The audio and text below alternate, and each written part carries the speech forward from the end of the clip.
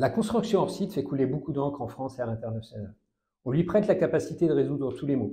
Perte de productivité, crise du logement. Si l'enthousiasme est là, il est crucial de comprendre de ce dont on parle réellement.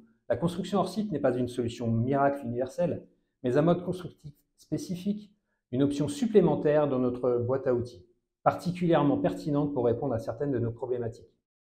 Alors qu'est-ce que c'est concrètement le hors site? Le hors site, déjà, c'est un terme qui est issu du Royaume-Uni, off-site, qui consiste à déplacer une partie de la construction hors du chantier, dans un environnement contrôlé, avant d'en assembler les éléments sur le site. Cela peut aller du système poteau-poutre, de l'ossature 1D, c'est-à-dire des éléments uniques, à des murs ou façades préfabriquées, panneaux 2D, jusqu'à des modules 3D quasi finis, sans oublier les composants comme les salles de bain ou les gaines techniques préassemblées. Alors pourquoi s'y intéresser? Les avantages potentiels sont significatifs et répondent à nos enjeux. Avec une qualité accrue, la fabrication en environnement contrôlé permet de garantir une meilleure qualité de mise en œuvre et de limiter les malfaçons. Un avantage très apprécié dans le logement social où la pérennité du bâtiment est primordiale. C'est également une amélioration des conditions de travail. En déplaçant une partie de la construction hors du chantier, nous offrons aux équipes un cadre de travail moins exposé aux aléas climatiques et aux risques inhérents à des chantiers traditionnels. C'est un gain de temps. La préfabrication permet de réduire significativement la durée de présence sur le site, ce qui minimise les nuisances pour les riverains et optimise la gestion des chantiers.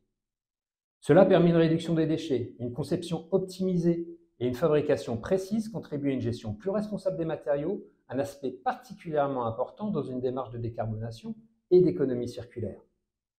C'est également promouvoir l'innovation et les matériaux durables en massifiant le recours aux matériaux biosourcés ou géosourcés, en limitant la consommation d'eau dans les filières sèches. Le hors-site participe activement à l'objectif de décarbonation de notre secteur.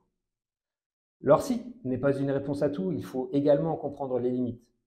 Avec des enjeux contractuels et réglementaires spécifiques, des problématiques logistiques liées au transport, à l'assemblage, ou encore la nécessité de former l'ensemble des acteurs de la chaîne de valeur.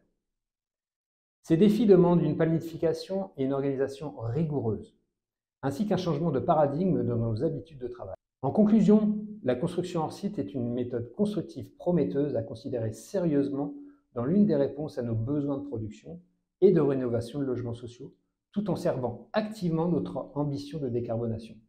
Finalement, le hors site est une voie d'avenir à explorer en comprenant bien ses forces et ses contraintes.